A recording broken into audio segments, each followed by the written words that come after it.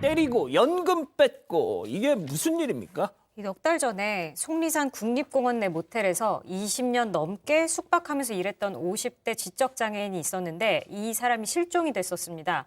그러다가 이제 산 정상에서 발견이 됐는데 정리를 해드리자면 이 50대 지적장애인이 사라지니까 모텔 업주가 실종 신고를 했었고 속리산 정상 부근에서 이제 시신으로 발견이 됐는데 경찰은 당시에 실족사로 추정을 했었습니다.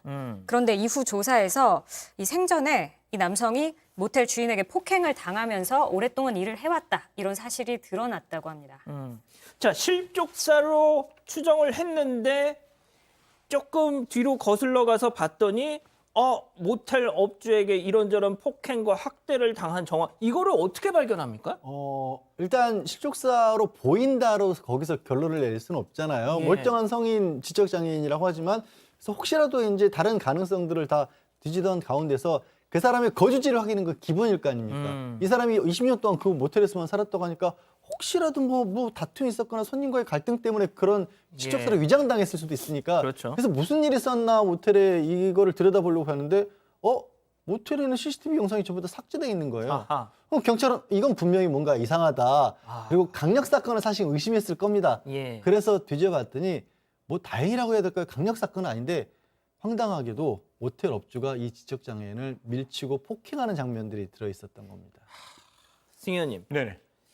결국 뭐 구린 데가 있으니까 지운 거겠죠, 삭제를. 당연하죠. CCTV 전체가 지워졌다는 것은 분명히 자기의 범죄를 은폐하려는 의도하에서 CCTV가 지워졌는 것이고 이러한 CCTV가 지워진 부분에 대해서 경찰도 의심을 가지고 꼭 말씀드리겠습니다. 물론 우리 시청자분들께는 그런 분들이 전혀 없으리라고 저는 확신하지만 CCTV 지우더라도 반드시 포렌식 과정에서 그 CCTV를 복원시킬 수 있으니까요. 그 복원했는 CCTV를 딱 보니까 방금 양 변호사님이 주신 대로 폭행 협박의 모습이 보였다라는 것입니다. 자, 섬에 뭐 염전 노예만 있는 줄 알았더니 이제 무태도 이런 일이 벌어진다 이런 말씀도 하시던데 자, 문제는 수사를 해봤더니 정말 고구마 줄기 막 나오듯 막 이렇게 했다는 거 아니에요 지금? 그러니까 아직 이제 확인된 건 아니고 의혹입니다만 어떤 일이 있었냐면 이 업주가 평소에 이 좀 일하는 지적장애인 데리고 가서 통장도 만들어주고 기초생활비도 받을 수 있게 해주고 병원도 데려가서 장애인 진단도 받고 그리고 그 돈은 자기가 다 가로챈 그런 의혹을 지금 받고 있는 겁니다. 자, 폭행에 지금 장애인 연금 등등을 중간에 인터셉트했다 이런 의혹을 받고 있다는 건데 이 해당 모텔 업주 순순히 혐의를 인정했습니까? 혐의 인정하지 않았습니다. 일단 CCTV에 화면이 다 있는데도 폭행 혐의 부인하고 있고요. 또 연금 등은 이 지적장애인 통장에서 꺼내서 내가 옷을 사줬다. 이 사람을 위해서 썼다라고 지금 주장하고 있습니다. 자, 승현님. 네네. 지금 2018년도에 국민일보에서 이런 식의 노예 피해자 사건 7건을 분석한 기사가 있었거든요. 가해자 9명 중 실형을 받은 사람들이 4명밖에 없었습니다. 자, 나머지는 전부 집행유예. 자, 그런 선고가 나온 이유를 봤더니 피해자들을 돌봐준 정황이 있고 횡령액 일부를 이 사람들을 위해 썼고 근로 능력이 떨어지는 만큼 임금 차등 지급은 어느 정도 합리적이다 등등.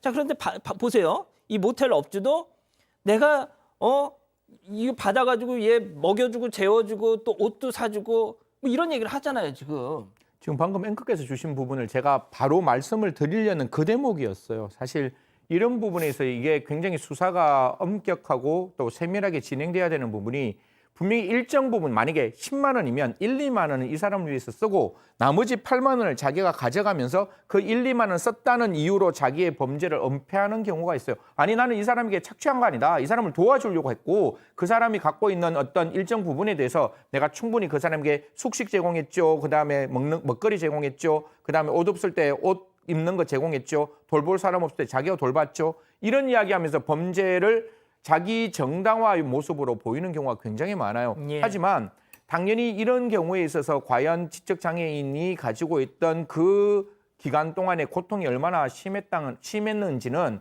경찰에서 좀 이렇게 꼼꼼히 들여다봐야 되는 대목이다라는 말씀드리겠습니다. 자, 소장님, 비장애인들이 이런 사건을 이렇게 보면 아니 왜 그거 나가면 돼, 도망가면 되지. 그걸 왜 그냥 거기서 살아? 이렇게 그냥 되게 쉽게 볼 수 있잖아요. 그렇죠. 근데 그렇지가 않지 않습니까? 그렇습니다. 이 장애인 중에서도 또 좀 지적 장애가 있으시잖아요. 그러니까 이분은 뭔가 고통스럽고 괴롭고 힘들긴 한데 뭐가 잘못된 건지 내가 잘못된 건지 판단하는 능력이 떨어질 수가 있죠. 근데 이제 그것을 알고 그런 어떤 약점을 잡아가지고 본인이 착지를 하는 사람들 나타나는 거죠. 제가 마음이 아픈 게 제가 근래 이제 장애를 가지고 계신 분을 상담을 했는데 예. 이분이 유치원 때부터 성인이 될 때까지 가는 곳마다 폭행을 당하거나 착취를 당하는 거예요. 아이고. 그래서 제가 이 장애가 있을 경우, 특히 지적 장애가 있을 경우에 이렇게도 이용을 하고 나쁘게 착취하는 사람들이 곳곳에 있구나 이런 걸 보면서 굉장히 마음이 아팠는데 지적 장애우들 그리고 장애우들을 이렇게 보호할 수 있는 근본적인 대책이 저는 좀 마련돼야 된다고 봅니다. 자, 양 변호사님, 저는 또 여기서 궁금한 것이 그 모텔에서 10수년을 이렇게 살았다고 하는데 그러면 이 속리산 입구에 있는 모텔이라는데 그 근방의 모텔 뭐 관계자들 솔직히 좀 알지 않았을까요? 아 그래 저 집에 저 친구는 저렇게 살지 뭐 이런 거. 그게 좀 합리적인 의심이겠죠. 20년이나 있었다라고 하고 또 그러지 않기를 바라지만 뭐 우리가 여기서도 다뤘던 그 염전에서도 보면 지적 장애인이 탈출하려고 했는데도 지역에서 이렇게 쉬쉬하면서 그러니까요. 막았던 그런 사례들도 좀 있었지 않습니까? 예. 혹시라도 그런 것들 그런 사정은 없는지도 좀 추가적으로 봤으면 좋겠는 게 혹시 더 있을 수도 있잖아요. 안에 하나 그렇죠. 안에 하나 더 그렇죠. 있을 수도 있잖아요. 맞아요. 그러니까 혹시라도 있으면 예. 자 그러면 양 변호사님 어떤 혐의를 좀 적용할 수 있을까? 이게 만약 사실이라면. 일단 경찰에서는 장애인복지법 위반이라고 보고 있고요. 또 이 사람이 정말로 그 연금 같은 것들을 다 가로챈 거라면 횡령이죠. 관리해 준다라고 해놓고 가로챘으니까.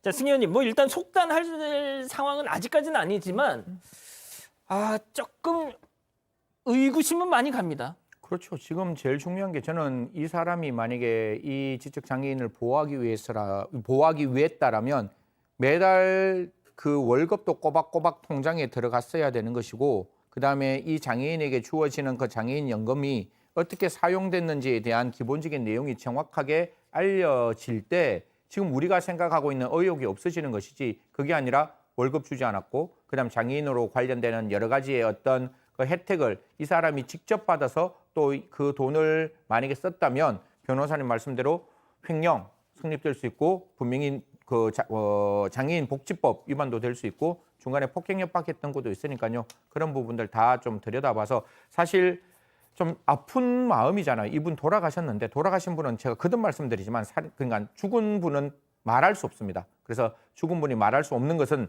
주위의 정황적으로 충분히 그 사람이 어떠한 상태였는지를 확인하는 것도 국가 공권력의 의무니까요. 그 부분 좀 잘 짚어주셨으면 좋겠습니다. 자 지금 대범한 TV님이 그러시는데 혹시 보험도 드러났을지 모르겠다. 한번 확인해 볼 필요가 있다 이런 말씀을 하시네요. 알겠습니다. 자 오늘 인물 이렇게 정리하고요.